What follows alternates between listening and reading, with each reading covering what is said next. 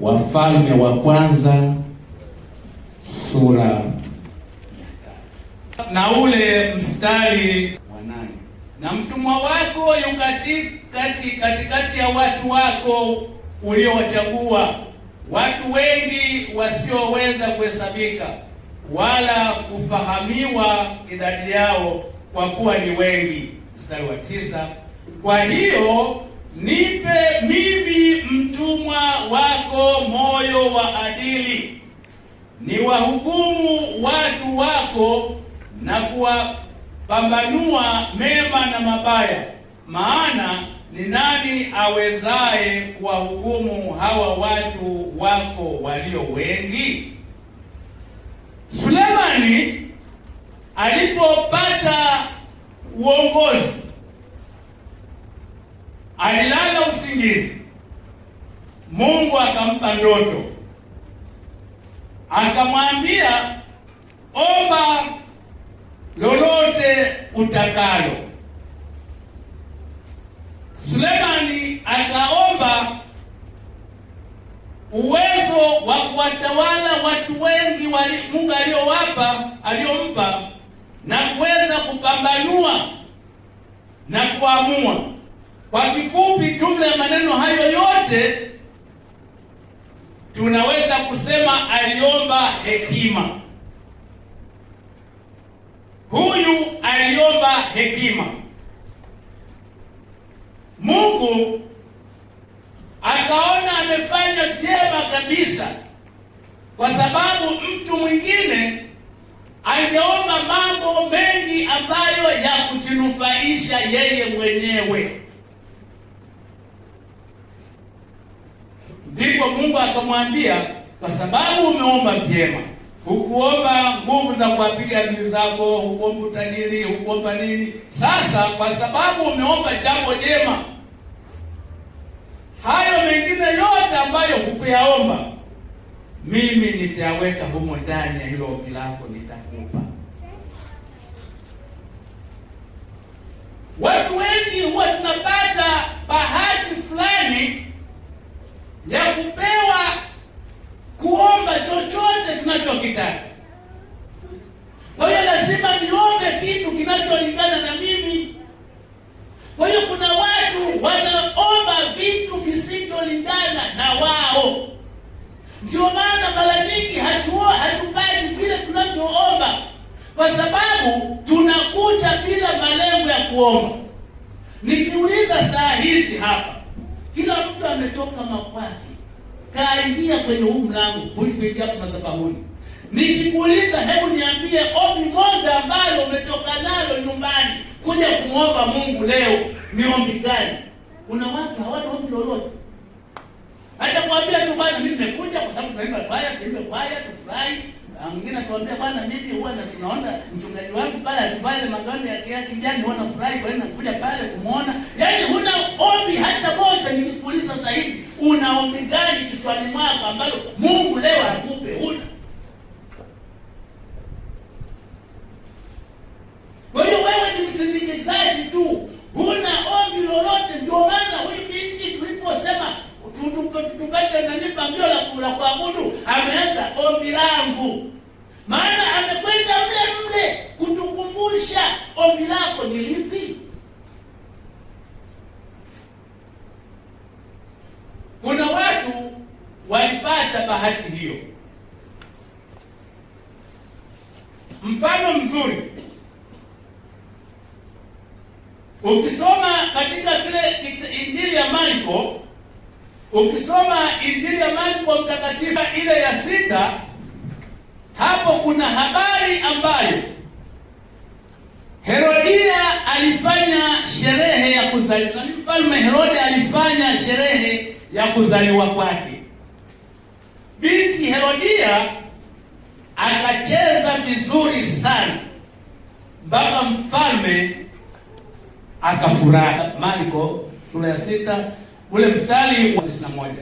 Hata ilipotokea siku ya kufaa na Herode sikukuu ya kuzaliwa kwake, alipowafanyia karamu wakubwa wake na majemadari na watu wenye vyeo wa Galilaya, Ndipo binti yake yule Herodi alipoingia akacheza, akampendeza Herode na wale walioketi pamoja naye karamuni. Mfalme akamwambia yule kijana, niombe lolote utakalo nitakupa. Akamwambia, lolote utakalo niomba nitakupa, hata nusu ya ufalme wangu. Basi akatoka akamuuliza mamaye, niombe nini? Yaani amemfurahisha mfalme mpaka mfalme anasema niombe lolote, hata nusu ya ufalme wangu nitakupa, kwa sababu nimeahidi mbele harakati nani ya watu hapa, hata nusu ya ufalme nitakupa. Yeye badala ya kuomba akaenda kwa mama yake kupata ushauri. Hapa kuna kitu cha kujifunza. Kuna watu wengi wanashindwa kufanya jambo, anataka kwenda kupata ushauri. Na ushauri bwana, mmoja alisema akili za kuambiwa cha kutengana na nini? Ushauri ni ushauri tu. Ndio maana mara nyingi huwa ninawaambia mimi wanandoa wanapokuja kwangu, nawaambia mtakapokorofishana, maana nini, binadamu sio malaika, kukorofishana ni kawaida. Walikorofishana huko mbinguni, mwenyewe Mungu akiwa mwenyekiti kwenye vikao huko, wakakorofishana, ndio akatokea shetani. Sembuse wewe na mkeo mmekutana wote, mmejaa meno 36 mdomoni. Kukorofishana lazima. Sasa mtakapokorofishana, msianze kwenda ushauri kwa wazazi. Maana baba yako au mama yako hakupenda umuoe huyu uliyemuoa, au hakupenda uolewe na huyu uliyeolewa naye, lakini alifoka moyoni tu. Sasa mmekorofishana kidogo, unakwenda baba, mjomba, mimi mume wangu, moyo anasema amekileta sasa. Lakini mimi sikukwambia huo sio kuolewa nao. Kwa hiyo kuna vitu ambavyo unaweza ukaenda kuomba ushauri, ukizani unaenda kuomba ushauri mahali panapostahili. Huyu binti kaenda kuomba ushauri kwa mama yake. Sikiliza sasa alichomshauri. Yaani amekwenda anamwambiaje? Mstari ule wa mstari wa 24, basi akatoka akamuuliza mama yake, niombe nini? Naye akasema, kichwa cha Yohana Mbatizaji. Huyu Yohana Mbatizaji Herode alikuwa amemfunga ndani, alikuwa yuko jela. Leo mama yake anamshauri binti, anaacha kuomba utajiri, maana mfalme amesema hata nusu ya ufalme nitakupa. Anamshauri binti yake, tuombe kichwa cha Yohana Mbatizaji. Kichwa. Yule mfalme akasema, hebu kubadilisha. Nataka kichwa. Hebu bwana, hebu sema lolote. Kichwa mfalme, kichwa. Ikabidi amua askari, nendeni kamkateni kichwa Yohana. Kakatwa kichwa Yohana Mbatizaji, kaletewa kichwa kwenye sinia, kinavuja damu, kapewa mama, kakipokea. Wewe unadhani hicho kichwa kakifanyia nini? Matokeo yake kamekaa nacho, kimeanza kumuozea, ameenda kukifukia. Kaita utajiri. Kwa hiyo kuna watu mko hapa, badala ya kuomba vitu vya maana, mnaomba vitu vya Yohana Mbatizaji. Ndio maana hamfanikiwi. Mbona Mungu mimi maombi yangu hayakubariki? Watakubaliwa vipi wakati unaomba vitu vya Yohana Mbatizaji?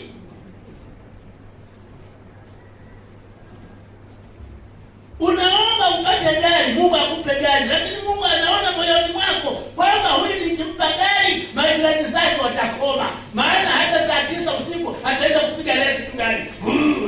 Basi kama gari majirani, sasa atakupa gari Mungu. Hicho ni vitu vya Yohana Mbatizaji. Kwa hiyo kuna watu hatufanikiwi maombi kutokana twaomba vibaya. Yakobo sura ya 4. Yakobo sura ya 4 anatuambiaje?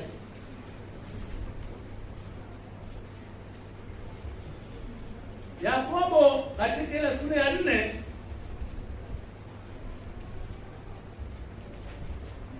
anasema, ukianza na ule mstari wa kwanza, anasema vita vyatoka wapi na mapigano yaliyoko kati yenu yatoka wapi? Si humu kwenye tamaa zenu zinazofanya vita? Maana kuomba hamuombi. Sura ya 4 mstari wa kwanza, vita vyatoka wapi na mapigano yaliyomo kati yenu yatoka wapi? Si humu katika tamaa zenu zifanyazo vita katika viungo vyenu. Mwatamani wala hampati kitu, mwaua wala na kuona wivu wala hamwezi kupata. Mwafanya vita na kupigana wala hamna kitu, kwa kuwa hamuombi. Na hata kama mwaomba wala hampati, kwa sababu mwaomba vibaya, ili mvitumie kwa tamaa zenu. Kwa hiyo unaweza kuwa unaomba mpaka machozi yanatoka, Mungu hakupi kwa sababu waomba vibaya. Unaomba huku umemweka mtu jirani yako moyoni mwako.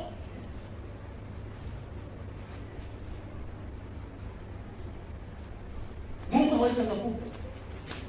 Kwa hiyo wengi hatufanikiwi kwa sababu tunaomba vibaya. Hatujui jinsi ya kuomba. Kuna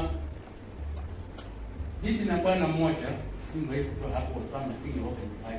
Sasa hawa walikuwa maskini. Yaani wao maisha yao ni hohehahe. Tunaposema hohehahe, maana yake hata hela ya kula huijui inapatikana wapi. Yaani huko hapa mzee, mimi najitahidi kuhubiri, lakini wewe mawazo yako watu utapata hela ya mchicha, umpige bomu nani hapo kanisani, alau kanunue nusu fungu la mchicha. Tunaposema hapa hujui. Sasa huyu alikuwa na mke wake maskini hawa, ghafla wakatokewa na malaika, akaambia jamani, Mungu amenituma kwenu. Amesema ombeni maombi matatu, chochote mtakachokiomba Mungu atawapa. Maombi mangapi? Matatu. Mwanamume kusikia hivyo, kwa sababu hajala siku nyingi pilau ya kuku. Mungu utupe pilau ya kuku sasa hivi. Haijakaa sawa, yakatokea masahani ya pilau ya kuku pale. Nuku mengi yako pale. Maana ana hamu kula ya kuku, hajala. Mke wake akakasirika.